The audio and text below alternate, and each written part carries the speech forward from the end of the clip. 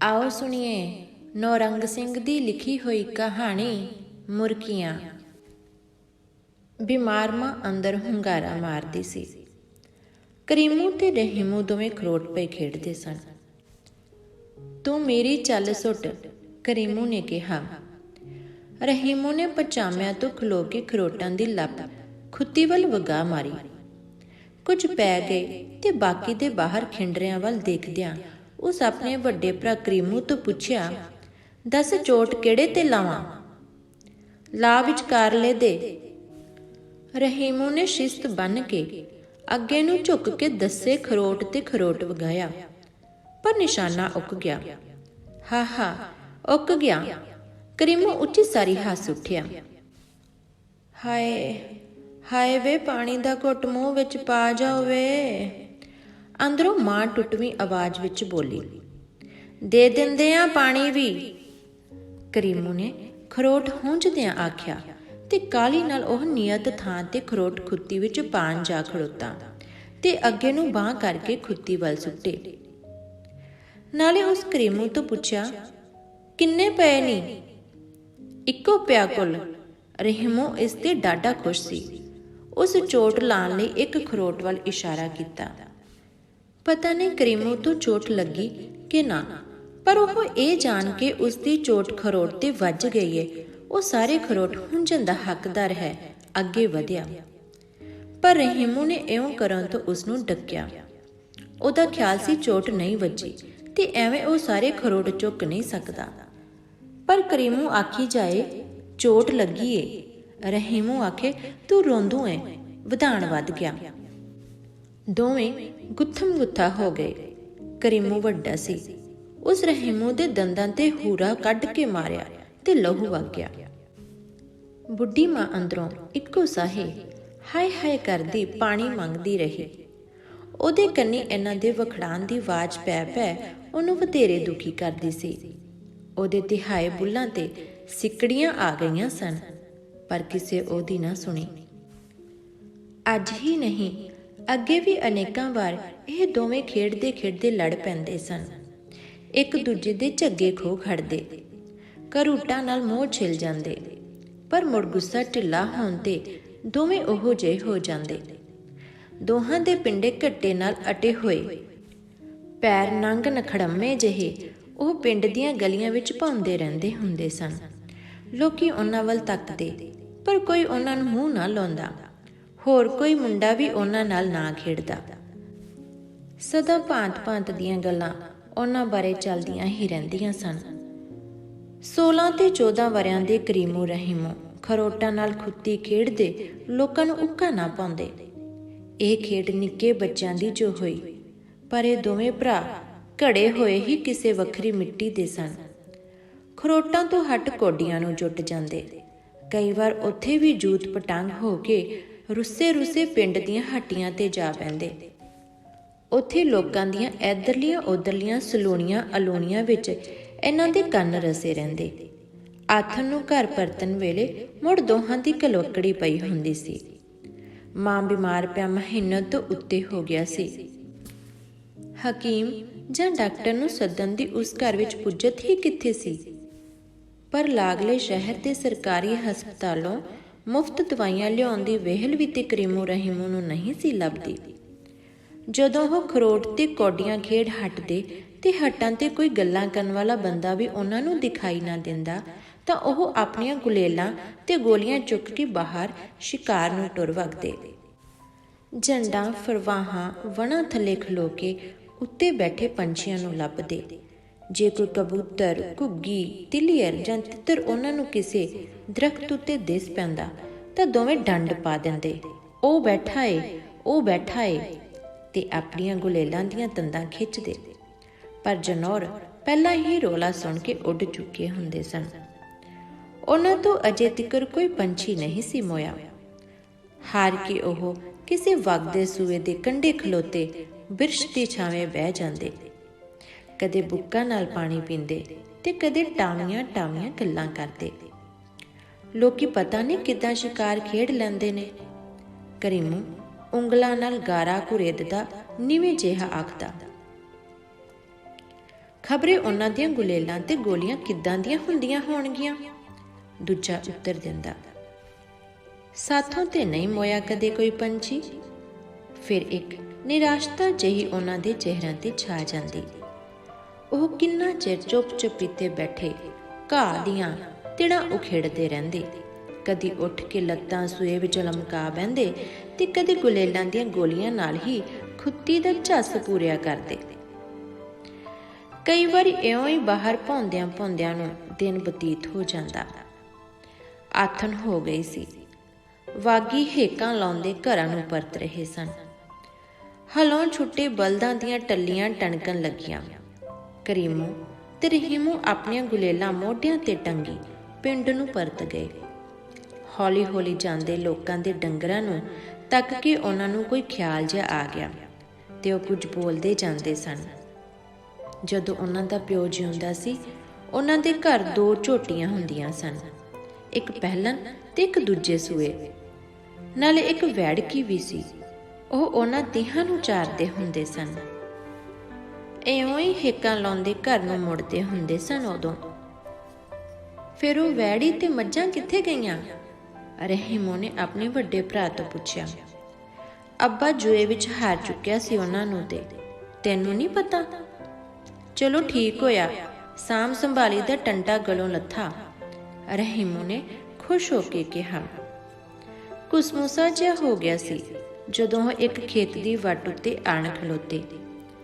ਆਕਾਸ਼ ਉੱਤੇ ਜੋ ਤਾਰਾ ਚੜ੍ਹਿਆ ਵੀ ਸੀ ਤਾਂ ਉਹ ਖੁਰਾਂ ਦੇ ਘੱਟੇ ਨਾਲ ਫਿਜ਼ਾ ਅਟੀ ਹੋਣ ਕਰਕੇ ਵਿਖਾਲੀ ਨਹੀਂ ਸੀ ਦਿੰਦਾ। ਚਿੜੀਆਂ ਬਾਜਰੇ ਦੇ ਸਿੱਟਿਆਂ ਉੱਤੇ ਅੰਤਿਮ ਠੁੰਗੇ ਭਰ ਕੇ ਉੱਡ ਚੁੱਕੀਆਂ ਸਨ। ਕਰੀਮੂ ਤੇ ਰਹੀਮੂ ਦੇ ਖੱਬੇ ਪਾਸੇ ਇੱਕ ਮੱਕੀ ਦੀ ਪੈਲੀ ਡਰੇ ਹੋਏ ਬੱਚੇ ਵਾਂਗ ਚੁੱਪ ਖਲੋਤੀ ਸੀ। ਪਹਿਲਵਾਨ ਦੇ ਡੋਲਿਆਂ ਵਰਗੀਆਂ ਛੱਲੀਆਂ ਹਰੇਕ ਟਾਂਡੇ ਨਾਲ ਜੁੜੀਆਂ ਹੋਈਆਂ ਦਿਸਦੀਆਂ ਸਨ। ਪਤਾ ਹੀ ਕਰੀਮੂ, ਇਹ ਸਾਡੀਆਂ ਪੈਲੀਆਂ ਹੁੰਦੀਆਂ ਸਨ ਕਦੇ। ਹਾਂ ਪਤਾ ਏ। ਕਈ ਵਾਰ ਲੱਕੜਾਂ ਲੈ ਕੇ ਮੁੜਦੀ ਮਾਂ ਇੱਥੋਂ ਦੀ ਲੰਘਦੀ ਦੱਸਿਆ ਕਰਦੀ ਏ। ਮੈਂ ਉਦੋਂ ਨਿੱਕਾ ਜਿਹਾ ਹੁੰਦਾ ਸਾਂ। ਇਹ ਵੀ ਉਸੇ ਰਾਹ ਅੱਬਾ ਨੇ ਭੇਜੀਆਂ ਜਿਹੜੇ ਰਾਹ ਵੈੜਕੀ ਤੇ ਝੋਟੀਆਂ ਗਈਆਂ ਸਨ। ਇਉਂ ਆਖਦਾ ਆਖਦਾ ਕਰੀਮੂ ਹੱਸ ਪਿਆ, ਨਾਲ ਹੀ ਰਹੀਮੂ ਵੀ। ਦੋਵੇਂ ਖੇੜ-ਖੇੜ ਕਰਦੇ ਦੂਰੇ ਹੁੰਦੇ ਜਾਂਦੇ ਸਨ। ਉਹਨਾਂ ਦੀਆਂ ਅੱਖਾਂ ਵਿੱਚ ਪਾਣੀ ਆ ਗਿਆ, ਜਿਕਰ ਉਹ ਰੋ ਰਹੇ ਹੁੰਦੇ ਨੇ। ਐਨੇ ਨੂੰ ਹਵਾ ਦਾ ਰੁਮਕਾ ਵਗਿਆ। ਉਹ ਦੋਵੇਂ ਖਾਮੋਸ਼ ਜਿਹੇ ਹੋ ਕੇ ਮੱਕੀ ਦੇ ਪੱਤਿਆਂ ਦੀ ਖੜ-ਖੜ ਕਿੰਨਾ ਚਿਰ ਸੁਣਦੇ ਰਹੇ। ਅੱਬਾ ਇੱਥੇ ਹਲ ਵਾਹੁੰਦਾ ਹੁੰਦਾ ਸੀ, ਵੱਡੇ ਨੇ ਹੌਕਾ ਜਿਹਾ ਭਰ ਕੇ ਆਖਿਆ। ਹੁਣ ਨਾ ਸਾਡੇ ਵਾਹੁਣ ਨੂੰ ਭੌਂ ਨਾ ਜੌਣ ਨੂੰ ਟੱਗੇ। ਚੱਲ ਚੰਗਾ ਏਦਾਂ ਹੀ, ਕੀ ਲੈਣਾ ਜੇ ਗੱਲ ਫਾਹੇ ਪਾ ਕੇ। ਰਹੀਮੂ ਨੇ ਬੇਪਰਵਾਹੀ ਨਾਲ ਗੁਲੇਲ ਦੀਆਂ ਤਣੀਆਂ ਖਿੱਚਦਿਆਂ ਆਖਿਆ। ਫਿਰ ਦੋਵੇਂ ਚੁੱਪ ਹੋ ਗਏ। ਉਹਨਾਂ ਦੇ ਚਿਹਰੇ ਉਹਨਾਂ ਦੇ ਅੰਤਰੀਵ ਅਹਿਸਾਸਾਂ ਨੂੰ ਪ੍ਰਗਟ ਪਏ ਕਰਦੇ ਸਨ। ਐਨੇ ਨੂੰ ਕਰੀਮੂ ਨੇ ਆਖਿਆ, ਚੱਲ ਰਹੀਮੂ ਵਗ ਚਲੀਏ, ਕੋਈ ਛੱਲੀਆਂ ਦੇ ਚੋਰ ਜਾਣ ਕੇ ਸਾਨੂੰ ਕੁੱਟ ਹੀ ਨਾ ਕੱਢੇ। ਤੇ ਦੋਵੇਂ ਕਾਲੀ ਕਾਲੀ ਉਲਾਂਘਾਂ ਭਰਦੇ ਪਿੰਡ ਨੂੰ ਤੁਰ ਪਏ, ਜਿੱਥੇ ਦੀਵੇ ਬਲ ਚੁੱਕੇ ਸਨ। ਜਿੱਦਣ ਦੀ ਮਾਂ ਬਿਮਾਰ ਪਈ ਸੀ, ਦੋਵੇਂ ਇੱਕੋ ਵੇਲੇ ਰੋਟੀ ਖਾਂਦੇ ਸਨ। ਮਾਂ ਲੋਕਾਂ ਦੇ ਘਰੇ ਪੀਣ ਦਲਨ ਕਰਕੇ ਖਾਣ ਲਈ ਦਾਣੇ ਇਕੱਠੇ ਕਰ ਲੈਂਦੀ ਹੁੰਦੀ ਸੀ। ਉਹ ਦਾਣੇ ਇਹਨਾਂ ਦੇ ਨਿੱਤ ਦੇ ਡੰਗ ਨਹੀਂ ਸਨ ਟਪਾ ਸਕਦੇ। ਦੋਵੇਂ ਜਣੇ ਚੁੱਲ੍ਹਾ ਧੋਂਦੇ ਤੇ ਕੱਚੀਆਂ ਧੁਆਖੀਆਂ ਜਿਹੀਆਂ ਰੋਟੀਆਂ ਲੂਣ ਨਾਲ ਖਾ ਕੇ ਸੌਂ ਰਹਿੰਦੇ। ਕਦੇ ਕਦੇ ਫਾਕਿਆਂ ਵਿੱਚ ਹੀ ਉਹਨਾਂ ਦੀਆਂ ਰਾਤਾਂ ਗੁਜ਼ਰਦੀਆਂ ਹੁੰਦੀਆਂ ਸਨ। ਪਿੰਡ ਦੇ ਲੋਕ ਇਹਨਾਂ ਨੂੰ ਗੰਵਾਰ ਸਮਝਦੇ ਸਨ। ਉਹਨਾਂ ਕਈ ਵਾਰ ਇਹਨਾਂ ਦੋਹਾਂ ਭਰਾਵਾਂ ਨੂੰ ਘਰ ਦੀਆਂ ਚੀਜ਼ਾਂ ਹੱਟਾਂ ਤੇ ਵੇਚਦਿਆਂ ਤੱਕਿਆ ਸੀ। ਕਿਸੇ ਦੀ ਚੋਰੀ ਪਿੰਡ ਵਿੱਚ ਹੋ ਜਾਂਦੀ, ਛੱਲੀਆਂ ਟੁੱਟਦੀਆਂ ਜਾਂ ਕਪਾਹ ਚੁਗੀ ਜਾਂਦੀ ਤਾਂ ਲੋਕਾਂ ਦਾ ਪਹਿਲਾ ਸ਼ੱਕ ਕਰੀਮੂ ਰਹੀਮੂ ਤੇ ਜਾਂਦਾ। ਉਹਨਾਂ ਦੇ ਘਰ ਦੀ ਤਲਾਸ਼ੀ ਹੁੰਦੀ, ਪਰ ਕਦੇ ਕੋਈ ਸ਼ੈ ਉਹਨਾਂ ਦੇ ਘਰੋਂ ਬਰਾਮਦ ਨਹੀਂ ਸੀ ਹੋਈ। ਤਾਂ ਵੀ ਲੋਕਾਂ ਦਾ ਸ਼ੱਕ ਉਹਨਾਂ ਤੇ ਸਦਾ ਟਿਕਿਆ ਰਿਹਾ। ਲੋਕਾਂ ਦੇ ਨਿੱਤ ਦੇ ਉਲਾਂਭਿਆਂ ਤੇ ਤਲਾਸ਼ੀਆਂ ਤੋਂ ਮਾਂ ਛਿੱਥੀ ਪੈ ਗਈ ਹੋਈ ਸੀ। ਕਰੀਮੂ ਤੇ ਰਹੀਮੂ ਵੀ ਇਕਾਂਤ ਵਿੱਚ ਬਹਿ ਕੇ ਇਹਨਾਂ ਊਜਾਂ ਨੂੰ ਮਹਿਸੂਸ ਤੇ ਕਰਦੇ, ਪਰ ਕੁਝ ਪਲ ਲਈ। ਮੁੜ ਉਹ ਛੇਤੀ ਹੀ ਕੋਡੀਆਂ ਖਰੋਟਾਂ ਨਾਲ ਪੱਲੇ ਭਰ ਕੇ ਬਾਹਰ ਨੂੰ ਟੁਰ ਪੈਂਦੇ ਤੇ ਉਹਨਾਂ ਨੂੰ ਸਭ ਕੁਝ ਭੁੱਲ ਜਾਂਦਾ। ਲੋਕੀ ਇਹਨਾਂ ਨੂੰ ਮੌਕੇ ਉੱਤੇ ਫੜਨ ਲਈ ਪੈਲੀਆਂ ਵਿੱਚ ਲੁਕ ਬਹਿੰਦੇ। ਪਿੰਡ ਵਾਲਿਆਂ ਦਾ ਖਿਆਲ ਸੀ ਕਿ ਇਹਨਾਂ ਨੂੰ ਉੱਤੋਂ ਫੜ ਕੇ ਜੇਲ੍ਹ ਖਾਨੇ ਭਿਜਵਾ ਦਿੱਤਾ ਜਾਵੇ। ਇਹੋ ਜਿਹੇ ਵਿਚਾਰ ਸੁਣ ਕੇ ਦੋਵੇਂ ਭਰਾ ਕਦੇ ਕਦੇ ਗੱਲਾਂ ਵੀ ਕੀਤਾ ਕਰਦੇ। ਲੋਕੀ ਸਾਡੇ ਉੱਤੇ ਬਦੋਬਦੀ ਦਾ ਸ਼ੱਕ ਕਿਉਂ ਕਰੀ ਜਾਂਦੇ ਨੇ? ਅਸੀਂ ਕਦੇ ਕਿਸੇ ਦੀ ਰੀਨ ਤੱਕ ਵੀ ਨਹੀਂ ਛੂਹੀ। ਐਵੇਂ ਚੱਲੇ ਨੇ, ਦੂਜਾ ਆਖਦਾ ਤੇ ਦੋਵੇਂ ਜਣੇ ਉੱਚੀ ਉੱਚੀ ਹੱਸ ਪੈਂਦੇ। ਮਾਂ ਦੀ ਹਾਲਤ ਦਿਨੋਂ ਦਿਨ ਵਿਗੜਦੀ ਜਾਂਦੀ ਸੀ। ਉਹ ਦੋਵੇਂ ਰਾਤ ਵੇਲੇ ਮਾਂ ਕੋਲ ਆ ਬਹਿੰਦੇ, ਮਾਂ ਦੇ ਮੂੰਹ ਨੂੰ ਤੱਕਦੇ। ਮਾਂ ਬੜੀਆਂ ਸੋਗੀ ਗੱਲਾਂ ਉਹਨਾਂ ਨੂੰ ਸੁਣਾਉਂਦੀ, ਬਹੁਤੀਆਂ ਉਹਨਾਂ ਦੇ ਪਿਓ ਬਾਰੇ। ਭਾਵੇਂ ਉਹਨੂੰ ਜੂਏ ਦੀ ਆਦਤ ਸੀ, ਪਰ ਉਹ ਬੜਾ ਚੰਗਾ ਮਨੁੱਖ ਸੀ ਤੁਹਾਡਾ ਅੱਬਾ ਬੱਚਾ। ਹਾਂ ਮਾਂ, ਬੜਾ ਚੰਗਾ ਸੀ, ਕਰੀਮੂ ਖੁਸ਼ੀ ਨਾਲ ਬੋਲਿਆ। ਮੈਨੂੰ ਹਲ ਛੱਡ ਕੇ ਕੁੱਛੜ ਚੁੱਕ ਲੈਂਦਾ, ਛੱਲੀਆਂ ਦਿੰਦਾ, ਗੰਨੇ ਵੀ, ਵੇਲੇ ਵੇਲੇ ਕਿੰਨੀਆਂ ਹੋਰ ਚੀਜ਼ਾਂ। ਸਾਥੋਂ ਮੁੱਕਦੀਆਂ ਹੀ ਨਾ, ਹੈ ਨਾ ਕਰੀਮੂ? ਰਹੀਮੂ ਬੋਲਿਆ। ਦਾਣੇ ਹੀ ਦਾਣੇ ਹੁੰਦੇ ਸਨ ਸਾਡੇ ਕੋਠਿਆਂ ਵਿੱਚ ਉਦੋਂ। ਕਰੀਮੂ ਮਾਂ ਵੱਲ ਤੱਕਦਾ ਬੋਲਿਆ। ਰੱਜ ਰੋਟੀਆਂ ਖਾਂਦੇ ਹੁੰਦੇ ਸਾਂ, ਪਰ ਹੁਣ ਤੇ ਮਾਂ ਸਾਡੇ ਕੋਠੇ ਖਾਲੀ ਪਏ ਨਹੀਂ। ਇੱਕ ਪੱਲੇ ਕੋਠੇ ਵਿੱਚ ਹੂਕ ਜੇ ਛਾ ਗਈ। ਤਿੰਨਾਂ ਨੇ ਦੀਵੇ ਦੀ ਮੱਧਮ ਹੁੰਦੀ ਜੋਤ ਵੱਲ ਤੱਕਿਆ। ਮਾਂ ਦੀਆਂ ਅੱਖਾਂ ਗਿੱਲੀਆਂ ਸਨ। ਉਸ ਗਲੇਡੂ ਭਰ ਕੇ ਮੁੜ ਆਖਿਆ, ਉਹ ਮੈਨੂੰ ਬੜਾ ਪਿਆਰ ਕਰਦਾ ਸੀ ਤੁਹਾਡਾ ਅੱਬਾ ਬੱਚਾ। ਵਹਿੰਦੇ ਜੇ ਇਹ ਮੇਰੇ ਕੰਨਾਂ ਦੀਆਂ ਮੁਰਕੀਆਂ ਜਦੋਂ ਮੇਰਾ ਵਿਆਹ ਹੋਇਆ ਸੀ ਉਦੋਂ ਬਣਵਾਈਆਂ ਸਨ ਤੁਹਾਡੇ ਅੱਬਾ ਨੇ ਇਹ ਸੋਨੇ ਦੀਆਂ ਮੁਰਕੀਆਂ। ਕਰੀਮੂ ਤੇ ਰਹੀਮੂ ਦੀਆਂ ਨਜ਼ਰਾਂ ਮਾਂ ਦੀਆਂ ਮੁਰਕੀਆਂ ਤੇ ਜੰਮੀਆਂ ਹੋਈਆਂ ਸਨ। ਮਾਂ ਨੂੰ ਹਟਕੋਰੇ ਜਿਹੇ ਆਉਣ ਲੱਗ ਪਏ। ਉਹ ਮੁੜ ਬੋਲੀ, ਬੜੇ ਔਖੇ ਵੇਲੇ ਆਏ ਬੱਚਾ। ਜਦੋਂ ਜੂਏ ਵਿੱਚ ਉਹ ਸਭ ਕੁਝ ਲਾ ਬੈਠਾ ਸੀ, ਉਦੋਂ ਘਰ ਦਾ ਲਾਂਘਾ ਟਪਾਉਣ ਲਈ ਮੈਂ ਆਖਿਆ ਸੀ ਇਹ ਮੁਰਕੀਆਂ ਵੇਚ ਦਿਓ, ਪਰ ਉਸ ਆਖਿਆ ਨਹੀਂ, ਮੈਂ ਸਾਰੀ ਉਮਰ ਹੀ ਤੇਰੇ ਕੰਨਾਂ ਵਿੱਚ ਇਹ ਲਮਕਦੀਆਂ ਵੇਖਾਂਗਾ। ਮਾਂ ਦੀਆਂ ਝੁਰੜੀਆਂ ਵਿੱਚ ਹੰਝੂਆਂ ਦੀਆਂ ਧਤੀਰੀਆਂ ਫਸੀਆਂ ਹੋਈਆਂ ਸਨ। ਕਰੀਮੂ ਤੇ ਰਹੀਮੂ ਸੁੰਨ ਹੋਏ ਬੈਠੇ ਰਹੇ। ਮਾਂ ਕੁਝ ਰੁਕ ਕੇ ਬੋਲੀ, ਮੈਂ ਉਮਰ ਭਰ ਇਹਨਾਂ ਮੁਰਕਿਆਂ ਨੂੰ ਸਾਂਭ ਰੱਖਦੀ ਆਈ ਹਾਂ ਪੁੱਤਰ। ਜੇ ਮੈਂ ਮਰ ਗਈ, ਇਹ ਮੇਰੇ ਨਾਲ ਹੀ ਕਬਰ ਵਿੱਚ ਦਬਾ ਦੇਣੀਆਂ ਤੁਹਾਡੇ ਅੱਬਾ ਦੀ ਯਾਦ। ਉਹਦਾ ਗਲਾ ਰੁਕ ਗਿਆ ਤੇ ਅੱਗੋਂ ਕੁਝ ਨਾ ਕਹਿ ਸਕੀ। ਬਿੰਦਕੂ ਮਗਰੋਂ ਦੋਵੇਂ ਭਰਾ ਉੱਠ ਕੇ ਬਾਹਰ ਨਿਕਲ ਆਏ। ਆਕਾਸ਼ ਤੇ ਤਾਰੇ ਬਿੱਲੀ ਦੀਆਂ ਅੱਖਾਂ ਵਾਂਗ ਲੱਟ ਪੇ ਝਾਕਦੇ ਸਨ, ਮਾनो ਉਹਨਾਂ ਨੂੰ ਘੂਰ ਰਹੇ ਨੇ। ਦੋਵੇਂ ਨਾਲ ਡੱਠੀਆਂ ਮੰਜੀਆਂ ਤੇ ਪੈ ਕੇ ਗੱਲਾਂ ਜਿਹੀਆਂ ਕਰਨ ਲੱਗ ਪਏ। ਮਾਂ ਐਵੇਂ ਨਿਤ ਮਰਨ ਕਰਦੀ ਰਹਿੰਦੀ ਆ, ਕਰੀਮੂ ਬੋਲਿਆ। ਰੱਬ ਕਰੇ ਮਾਂ ਨਾ ਮਰੇ ਤੇ ਨਾ ਹੀ ਉਹਦੀਆਂ ਮੁਰਕੀਆਂ ਦੱਬੀਆਂ ਜਾਣ, ਰਹੀਮੂ ਨੇ ਆਖਿਆ। ਹਾਂ, ਉਹ ਜਿਉਂਦੀ ਹੀ ਰਹੇ ਤੇ ਵੇਖਦੀ ਰਹੇ ਆਪਣੀਆਂ ਮੁਰਕੀਆਂ ਨੂੰ। ਫਿਰ ਦੋਵੇਂ ਚੁੱਪ ਕਰ ਗਏ। ਸੋਨਾ ਵੀ ਕਦੀ ਦੱਬੀ ਦੇ ਭੌਂ ਵਿੱਚ ਭਲਾ? ਰਹੀਮੂ ਨੇ ਪੁੱਛਿਆ। ਕਾਹਨੂੰ, ਮਾਂ ਤੇ ਸੁਦੈਣ ਆ। ਲੋਕੀ ਤੇ ਸੋਨਾ ਸਗੋਂ ਧਰਤੀ ਚੋਂ ਕੱਢਦੇ ਹੁੰਦੇ ਨੇ।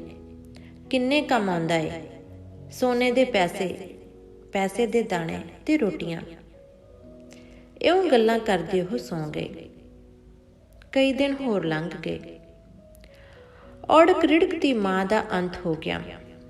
ਦੋਵਾਂ ਭਰਾਵਾਂ ਨੇ ਨੜੋਇਆ ਤਿਆਰ ਕੀਤਾ।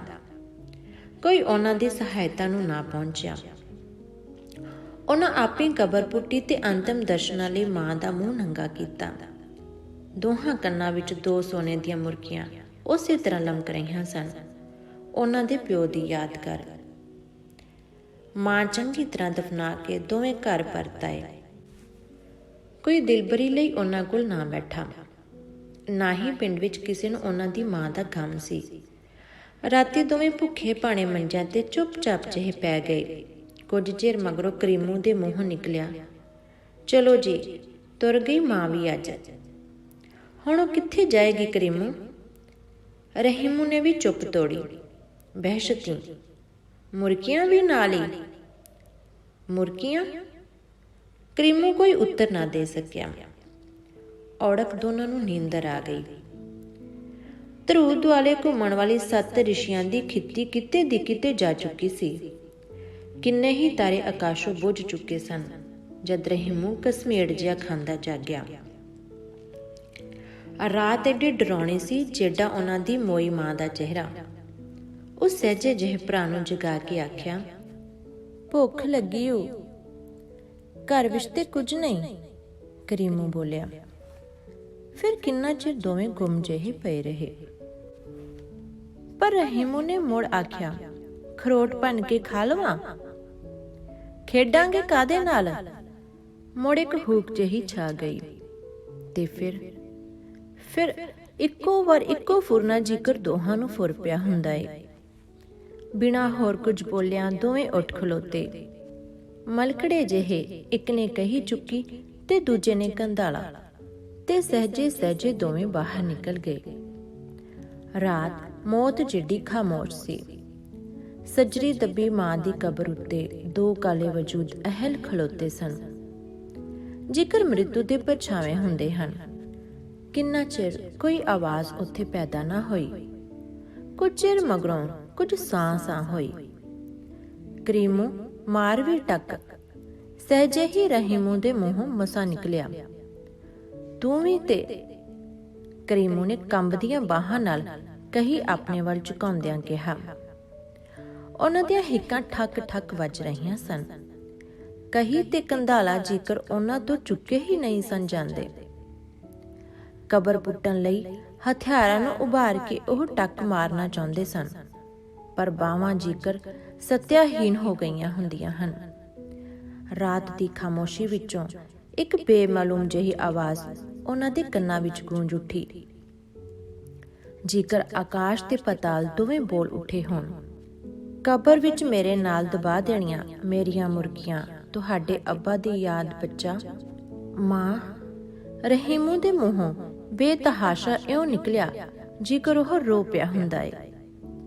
ਚੱਲ ਰਹਿਮੂ, ਕਰੀਮੂ ਕੇਵਲ ਇੰਨਾ ਹੀ ਆਖ ਸਕਿਆ। ਹਥਿਆਰ ਦੋਵਾਂ ਦੇ ਹੱਥੋਂ ਢਹਿ ਪਏ। ਤਾਰਿਆਂ ਦੀ ਲੋ ਵਿੱਚ ਉਹਨਾਂ ਘਰ ਨੂੰ ਮੁੜੇ ਜਾਂਦਿਆਂ ਦੀਆਂ ਅੱਖਾਂ ਵਿੱਚ ਹੰਝੂ ਚਮਕ ਰਹੇ ਸਨ। ਧੰਨਵਾਦ।